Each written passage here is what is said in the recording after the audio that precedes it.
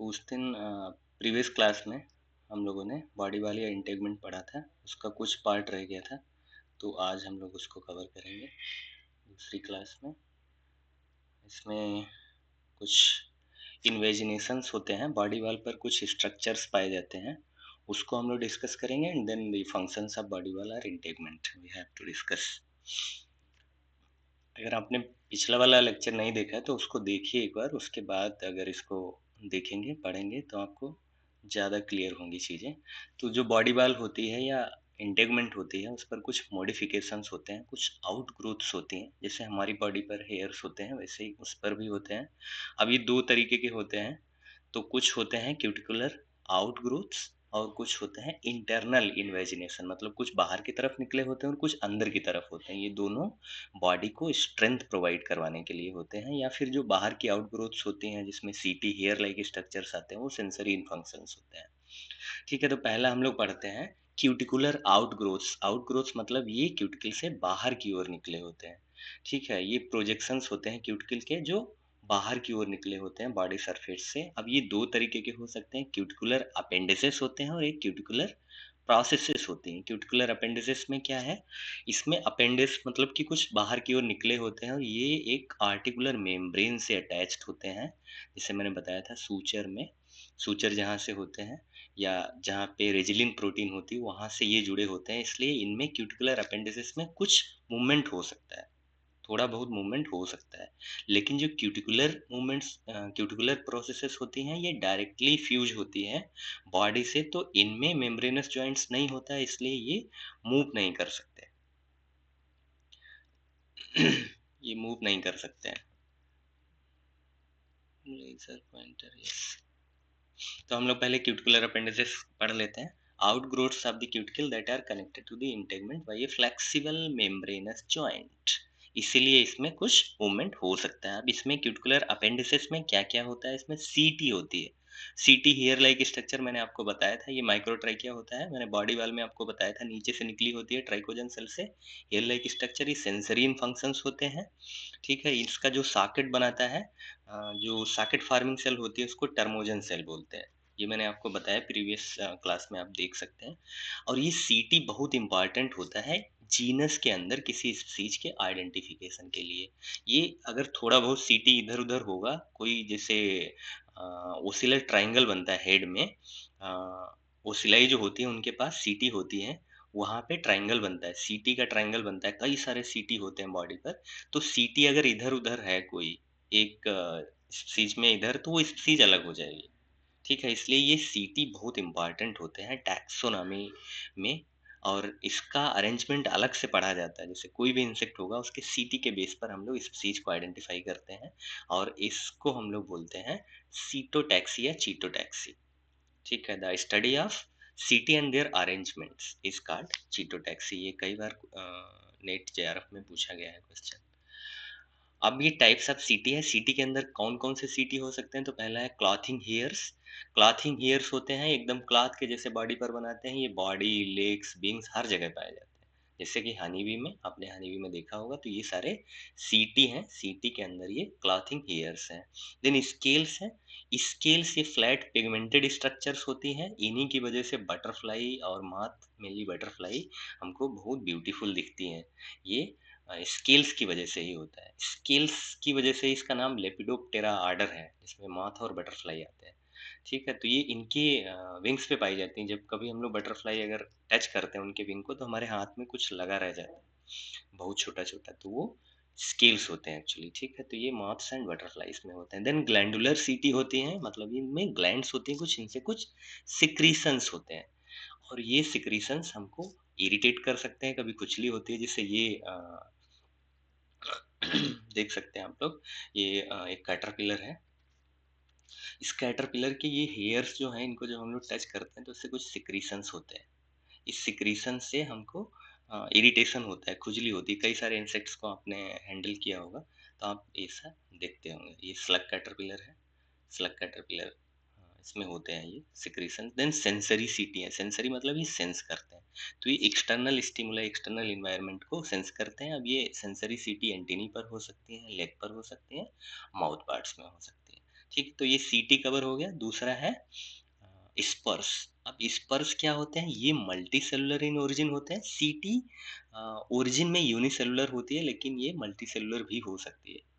ये जहाँ एपिडर्मिस से निकली हुई है वो यूनिसेलुलर ही है, आप जानते हैं। तो ये दूसरा स्पर है, इसको हमें ध्यान रखना है। और ये मल्टी सेलुलर होते हैं, लेग्स में पाए जाते हैं कई सारे इंसेक्ट्स के। सीटी को हम लोग मेनली ओरिजिन इसकी यूनिसेलुलर है, इसलिए इसको यूनिसेलुलर बोल सकते हैं। एग्जाम्पल ये grasshopper, cricket, cockroach, beetle कई सारे इंसेक्ट्स में होता है, लेकिन प्लांट हॉपर में जो हाइंड टिबिया पर स्पर होता है वो मूवेबल होता है, और उसी से हम लोग इसकी स्पीसीज को पहचानते हैं कि ये प्लांट हॉपर है। ऐसे लीफ हॉपर होता है, तो लीफ हॉपर में सीटी होती है, रो ऑफ स्पाइंस होते हैं। अभी आगे हम लोग डिस्कस करेंगे। सीटी नहीं होता, स्पाइंस होते हैं। तो ये प्लांट हॉपर का आइडेंटिफिकेशन फीचर है इसी स्पर के बेस पर, और भी कई सारे इंसेक्ट्स में होता है। दूसरा, अभी हमने क्यूटिकुलर अपेंडिसेस पढ़ लिए जो मूवेबल है। अब हम पढ़ते हैं क्यूटिकुलर प्रोसेसेस। ये डायरेक्टली बॉडी के साथ अटैच्ड हैं, तो इनमें मूवमेंट नहीं होता। ठीक है, ये ध्यान रखना है। Making them rigid and immovable. अब इसमें टाइप्स ऑफ क्यूटिकुलर प्रोसेसेस में माइक्रोट्राइकिया, उधर वो मैक्रोट्राइकिया था सीटी, ये माइक्रोट्राइकिया। इनको फिक्स्ड हेयर या एक्युलाई बोलते हैं। ये माइन्यूट होते हैं, नॉन आर्टिकुलेटेड होते हैं, मतलब ये मूवमेंट नहीं होगा, नॉन सेलुलर है। ये एपिडर्मिस से, ट्राइकोजन सेल से नहीं बने हुए हैं, इसलिए ये नॉन सेलुलर है। हेयर लाइक प्रोजेक्शंस ये भी हैं। अब ये इंसेक्ट विंग्स पर मोस्टली पाए जाते हैं, डिप्टेरा और मेकोप्टेरा में। देन स्पाइंस है। स्पाइंस, ये स्पाइन जैसे कांटा होता है, थॉर्न लाइक स्ट्रक्चर होता है। प्लांट्स पे आपने देखा होगा कई सारे hard thorn like cuticular projections of the जो स्केलेटन, नॉन आर्टिकुलेटेड, ये भी आर्टिकुलेटेड नहीं है क्योंकि ये क्यूटिकुलर प्रोसेसेस हैं। मे बी फिक्स्ड और मूवेबल, मूवेबल हो सकते हैं, ये हवा से मूव कर सकते हैं, लेकिन ये आर्टिकुलर मेम्ब्रेन से अटैच नहीं है। ये लीफ हॉपर्स में होते हैं, हाइंड टिबिया पर स्पाइंस। तो ये लीफ हॉपर और प्लांट हॉपर में ऐसे ही हम लोग डिफरेंस करते हैं, उनको पहचानते हैं। हाइंड टिबिया देखते हैं, अगर स्पर है तो वो प्लांट हॉपर है, और स्पाइंस है तो वो लीफ हॉपर्स है। ये फैमिली पूरी डेल्फेसिडी और जेसिडी, इसी से हम लोग डेल्फेसिडी में प्लांट हॉपर आते हैं, जेसिडी में लीफ हॉपर्स आते हैं। अब दूसरा है क्यूटिकुलर इन्वेजिनेशंस। इन्वेजिनेशन मतलब ये इनवर्ड, अंदर की तरफ होंगे। ठीक है, inward folds of the cuticle that project into the body, अंदर, forming internal structures for muscle attachment. अब ये है क्यों अंदर की तरफ इन्वेजिनेशन क्यों है? ताकि बॉडी मजबूत रहे, उसमें जो अंदर के ऑर्गन्स हैं वो फिक्स्ड रहें। ऐसा ना हो कि वो एकदम से इधर उधर हो जाए, तो उनको फिक्स करने के लिए, सपोर्ट करने के लिए, री करने के लिए क्यूटिकुलर इन्वेजिनेशंस होते हैं। They strengthen the body wall and aid in the movement also. इनके टाइप्स हैं, इसमें दो तरीके का होता है, एपोडेम्स और एपोफाइसिस। तो एपोडेम ये हालो होते हैं, ये एकदम ओपन होते हैं, मतलब वो हालो होते हैं, खुले होते हैं, इनके अंदर कुछ नहीं होता है, ठोस नहीं होते। ये इनवर्ड क्यूटिकुलर इनग्रोथ्स सर्व ऐसे साइट्स फॉर मसल अटैचमेंट, तो इससे भी मसल अटैचमेंट होती है। ये एपोडेम है पूरा। एपोफाइसिस, एपोडेम और एपोफाइसिस में यही डिफरेंस होता है, ये सॉलिड इनवर्ट क्यूटिकुलर प्रोजेक्शंस होते हैं, provide structural and mechanical support. तो काम दोनों का सेम होता है, बस ये ध्यान रखना है, ये हालो होता है और ये सॉलिड होता है। अब हम लोग फंक्शंस पढ़ लेते हैं इंटेगमेंट के। ये कई बार पूछा जाता है आपसे, तो फंक्शंस इंटेगमेंट या बॉडी वाल के बहुत इंपॉर्टेंट है। हमने पढ़ा कि ये काइटिन का बना होता है, हार्ड होता है। कुछ कुछ जो फंक्शंस थे वो हमने साथ में ही पढ़ लिया, जैसे बैक्स लेयर पढ़ा हमने, सीमेंट लेयर पढ़ा, तो ये प्रोटेक्शन के लिए बैक्स लेयर हो गया, वाटर लॉस को रोकने के लिए। तो ये सब होते हैं इसके function, protection, support, sensory perception and physiological regulation.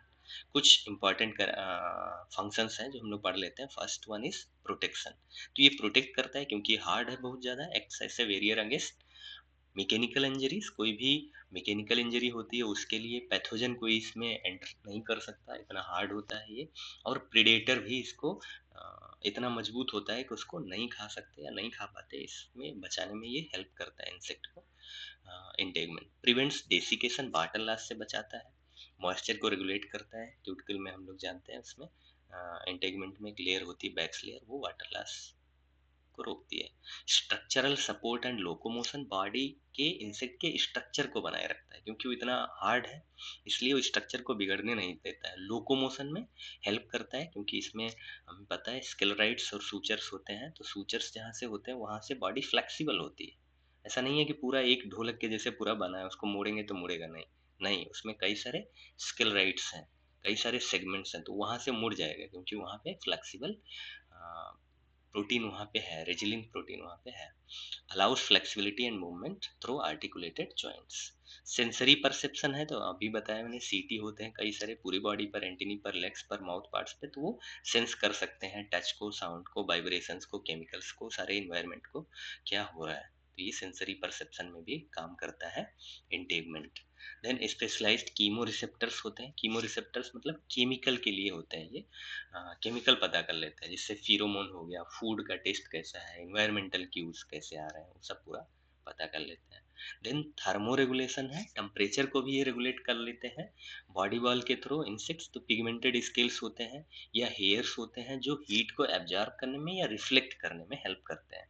ठीक है, तो रिफ्लेक्शन जैसे जहाँ ज़्यादा टेम्परेचर होता है वहाँ पे ये रिफ्लेक्ट करते हैं, और जहाँ पे कम होता है वहाँ पे पिगमेंटेड स्केल्स होते हैं जो एब्जॉर्ब करते हैं। थर्मोरेगुलेशन के केस में एक मैं आपको इम्पोर्टेंट चीज़ बता दूं कि इंसेक्ट के केस में उल्टा होता है। जैसे हम लोग हैं, ज़्यादा गर्मी वाली जहाँ जगह होती है वहाँ पे हम लोगों का कलर डार्क होता है, काले हो जाते हैं। लेकिन इंसेक्ट के केस में इसका उल्टा होता है। ये जहाँ पे ज़्यादा टेम्परेचर होगा वहाँ पे लाइट कलर के होंगे, ताकि ये हीट को रिफ्लेक्ट कर सकें, जो सूर्य से किरणें आ रही हैं उनको रिफ्लेक्ट कर सकें, वापस भेज सकें। लेकिन जहाँ टेम्परेचर कम होता है तो वहाँ पे हम लोगों के केस में हम लोग गोरे होते हैं, फेयर होते हैं, लेकिन इंसेक्ट के केस में ये डार्क होंगे, पिगमेंटेड स्केल्स होंगे या पिगमेंट्स वहाँ पे पाए जाएंगे। तो पिगमेंट्स की वजह से क्या होगा कि ये हीट को ज़्यादा एब्जॉर्ब कर पाएंगे। तो ये हम लोगों के केस से जस्ट उल्टा होता है कि जहाँ हाई टेम्परेचर होगा वहाँ ये लाइट कलर के होंगे, और जहाँ टेम्परेचर कम होगा वहाँ ये पिगमेंटेड होंगे। देन ग्रोथ एंड डेवलपमेंट है, फैसिलिटेट्स मोल्टिंग, मोल्टिंग में हेल्प करता है। बॉडी वाल हमको पता है ये एक डाइसिल लाइन से टूट जाता है। मेटामार्फोसिस और ग्रोथ में हेल्प करता है, एक डाइसिस होगी तभी मेटामार्फोसिस, ग्रोथ एंड डेवलपमेंट होगा। Support hormonal regulation for development, developmental transitions, ये हार्मोनल रेगुलेशन को भी कंट्रोल करता है पूरा। Then water and gas regulation, water वाला बैक्स लेयर मैंने ऑलरेडी आपको बता दिया है, ये वाटर लॉस को रोकता है। इसी की वजह से ये जो एरिड जहाँ टेम्परेचर ज़्यादा होता है ऐसे इन्वायरमेंट में सर्वाइव कर सकते हैं। Contains spiracles for gas exchange, gas exchange के लिए जो स्पाइरिकल्स होते हैं वो भी बॉडी वाल पर होते हैं, while minimising water evaporation, water के इवेपोरेशन को रोकते हैं। जैसे मैंने आपको बताया था कुछ ग्लैंड्स होती हैं, आपको याद होगा अगर, पेरिस्टिग्मेटिक ग्लैंड्स, तो ये स्पाइरिकल के अराउंड होती है जो वाटर के लॉस को, इवेपोरेशन को रोकते हैं। इतना मतलब हेयर होती है, लेयर ऑफ हेयर्स होती है, बहुत डेंस हेयर्स होते हैं जो वाटर के लॉस को बचाते हैं। Then communication and camouflage, coloration and structural modification. Camouflage का मतलब होता है कि जो इन्वायरमेंट है उसके जैसे अपने आप को बना लेना, उसमें छिपा लेना। जैसे पत्ती पर बैठे लीफ इंसेक्ट है तो लीफ के जैसे दिख रहा है, तो ये भी इंटेगमेंट या बॉडी वाल की हेल्प से ही पॉसिबल होता है। जैसे गिरगिट आपने सुना होगा, अपना रंग बदलता है, जिस एरिया में रहेगा, जिस प्लांट पे रहेगा उसके जैसा कलर बदलेगा, तो ये इंसेक्ट में भी होता है। ठीक है, ये होता है प्रेडेटर से बचने के लिए, दुश्मनों से बचने के लिए इनमें, ताकि ये दूर से इनको प्रेडेटर देख ना पाए। स्किल्स इन बटरफ्लाईज है, मॉडिफिकेशंस, कलरेशन है, स्किल्स की वजह से ही बटरफ्लाई को ब्यूटीफुल दिखती है। एड इन कामोफ्लेज, कामोफ्लेज हो गया। वार्निंग सिग्नल्स, बॉडी वाल की वजह से ही वार्निंग सिग्नल दिखते हैं उस पे दूर से। इतना कभी कभी होता है कि वो ऐसा कलर बना लेते हैं कि प्रेडेटर उनको देख के भाग जाते हैं। मेंटेन मेटिंग डिस्प्लेस, और मेटिंग में भी हेल्प करते हैं ये बॉडी वाल या इंटेगमेंट। डिफेंस मैकेनिज्म्स, प्रोटेक्शन में मैंने कई सारे आपको पीछे जो हमने पढ़े उसमें से आ ही रहा था कि डिफेंस के लिए हेल्पफुल है। Some insects have toxic secretions, glandularity जैसे मैंने अभी बताया था आपको पीछे, ग्लैंडुलर सिटी होती है तो उनसे कुछ केमिकल्स रिलीज होते हैं जिनकी वजह से हमारी बॉडी में इरिटेशन होता है, कभी कभी फफूले बढ़ जाते हैं। जैसे ब्लिस्टर बीटल एक इंसेक्ट है तो उसको हैंडल करते हैं, तो उसमें कैंथारिडाइन एक केमिकल येलो कलर का निकलता है जो हमारी अगर स्किन पे लग जाए तो वहाँ पे फफोले टाइप के पड़ जाते हैं, इसलिए उसको ब्लिस्टर बीटल बोलते हैं, ब्लिस्टर पड़ जाते हैं। तो ये भी सिक्रीशंस ये हेल्प करता है इंटेगमेंट की वजह से ही। Thickened cuticle in some species act as a armour against predators, तो क्यूटिकल इतनी थिक होती है कि प्रेडेटर उनको खा नहीं पाते, जैसे कछुआ होता है इतना हार्ड होता है, तो उसी तरीके से इनका भी ये एक जो स्केलेटन बना होता है। तो ये इंटेगमेंट खत्म हो गया। अभी नेक्स्ट क्लास में फिर हम लोग डिस्कस करेंगे मोल्टिंग प्रोसेस। इसमें अगर आपको कोई कंफ्यूजन है तो आप नीचे कमेंट कर सकते हैं। Thank you.